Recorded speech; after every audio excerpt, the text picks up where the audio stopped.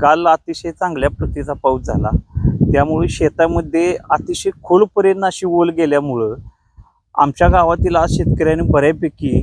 भुईमुगाची पेरणी केली आणि इथून पुढं तसाच पाऊस चांगला पडावा ही स्वामीचरणी प्रार्थना आणि ह्या वर्षीचे जे पीक येईल ते अतिशय सुंदर येईल आणि अशा प्रकारची आपण महाराजांच्या चरणी एक प्रार्थना करू